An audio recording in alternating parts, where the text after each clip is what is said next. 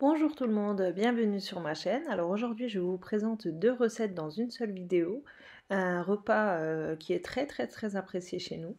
Donc c'est du poulet à la béchamel gratiné au four avec du riz pilav à la turque.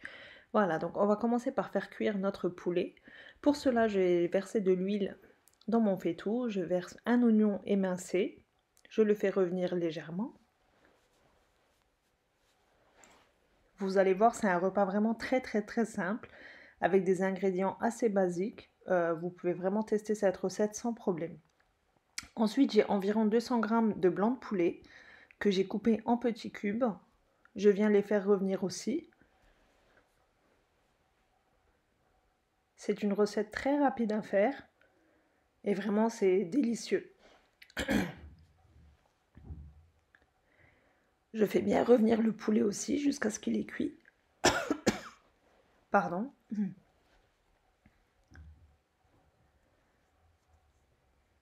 Ensuite, je viens verser un poivron vert et un poivron rouge.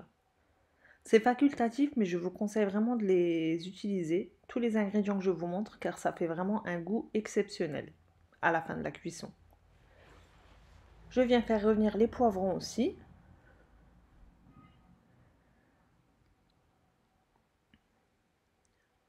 Comme ceci. Et là, je viens verser environ 150 g de champignons que j'ai coupés en 4, avec une gousse d'ail coupée finement. Pareil, je les fais revenir un petit peu. Rien que là, l'odeur, elle est vraiment à tomber. Vraiment, ça sent hyper bon.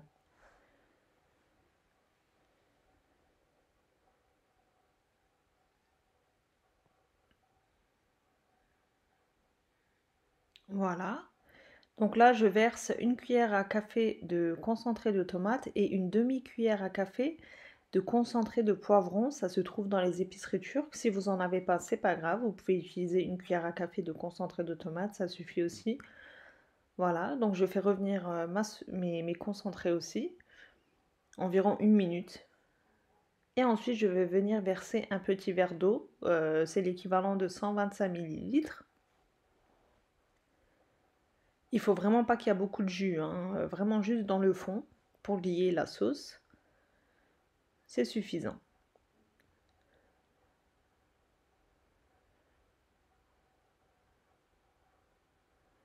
C'est un plat que je fais très régulièrement. C'est vraiment, les enfants adorent ce plat accompagné de riz.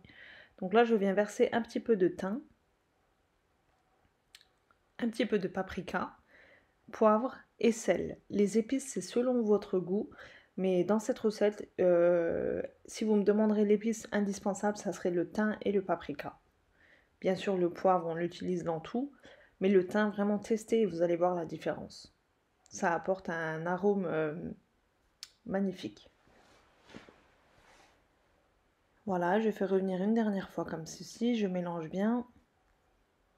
Et là, je viens fermer le couvercle et à feu doux, je laisse cuire environ 5 minutes, le temps que je fasse ma béchamel. Là, je vais commencer à faire ma béchamel.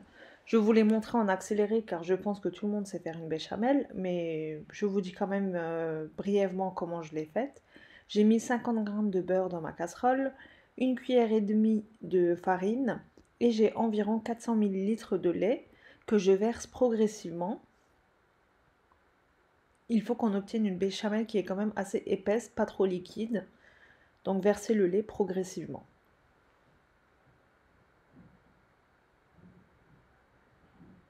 Voilà, pour ma part, j'ai utilisé 400 ml. Là, je viens mettre un peu de l'épice arôme, sel, poivre. Et ma béchamel est prête. J'ai préchauffé mon four à 200 degrés. Voilà. Donc là, au début, j'avais 3 ramequins en terre qui vont au four. Mais finalement, 2 étaient suffisants. Voilà. D'ailleurs, dites-moi voir en commentaire si vous aimez ce cadrage, car j'ai filmé avec un autre appareil. Et je ne sais pas si ça va vous plaire ou pas. Et le cadrage aussi, dites-moi, sachant que ma plaque de cuisson n'est pas la plaque définitive, car ma plaque de cuisson n'est toujours pas sortie d'usine. Donc c'est un petit peu le bordel. J'attends toujours ma plaque initiale, mais bon, pour dépanner, le cuisiniste m'a installé cette plaque de cuisson. Donc je peux enfin commencer à filmer mes vidéos de recettes dans ma nouvelle cuisine. Voilà, donc je viens verser ma béchamel délicatement sur le poulet et je viens parsemer de fromage râpé. Je vous conseille d'utiliser un fromage qui gratine très bien, donc type mozzarella et tout ça. Pas de l'emmental car l'emmental ne gratine pas très bien, je trouve, c'est mon point de vue. Donc toujours utiliser une touche de mozzarella, ça gratine vraiment bien. Pour ma part, c'est un fromage qui s'appelle cachage dans les épiceries turques. C'est un rond en fait que je coupe, je râpe moi-même et je mets dans le sachet comme vous le voyez. Voilà, donc je l'enfourne à 200 degrés jusqu'à ce que c'est bien gratiné car tout le reste est cuit. Il faut juste que mon fromage gratine. Pour ma part, environ 15-20 minutes c'était suffisant. Voilà, vous voyez, ça a super bien gratiné. Si vous le souhaitez, vous pouvez l'accompagner de purée, mais moi j'ai voulu faire du riz. Donc là j'ai une épice fines herbes, je viens parsemer légèrement sur le dessus. C'est facultatif aussi, mais je trouve que ça fait un joli visuel. Là on va passer à l'étape, une recette que vous étiez très nombreux à me demander, la recette du riz pilav turc. Donc les mesures c'est des verres, donc peu importe le verre que vous allez utiliser, vous mettez 2 verres par exemple de riz et ça sera l'équivalent de 4 verres d'eau. Donc j'ai mis un petit peu d'huile dans mon faitout et environ 100 g de cheveux d'ange, je crois que ça s'appelle comme ça, ou des vermicelles comme vous voulez. Je les fais revenir dans de l'huile jusqu'à ce qu'ils soient bien dorés. J'ai bien lavé mon riz et je l'ai bien fait égoutter surtout. Il ne faut pas qu'il reste de l'eau dedans. Et surtout bien le laver jusqu'à ce qu'il n'y a plus d'amidon. Là je verse mon riz. Une pincée de sel pour éviter que les grains de riz se cassent pendant que je les fais revenir. Donc je les fais revenir avec les vermicelles pendant environ 5 minutes. Ensuite j'ai mis un verre de bouillon et 3 verres d'eau.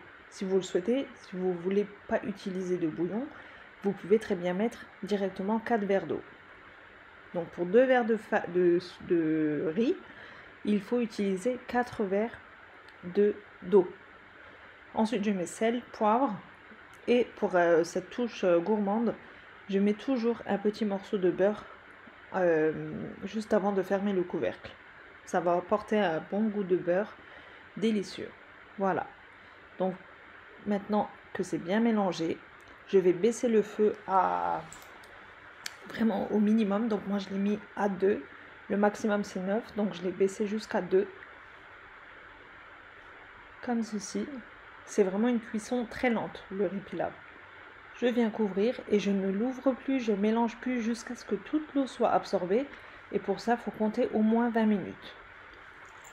Là, je vous montre. Ça a absorbé toute l'eau. Vous voyez, on a un riz qui est parfaitement cuit et qui ne colle pas. En fait, c'est pas comme de la pâte ou quoi. Donc, c'est vraiment des grains de riz séparés. C'est vraiment super bon. Je mélange vite fait, vraiment brièvement comme ceci. Je reviens lisser la surface et je vais mettre deux feuilles de sopalin et recouvrir avec le couvercle pour laisser reposer au moins 10 minutes de cette façon. Donc le sopalin va absorber l'humidité.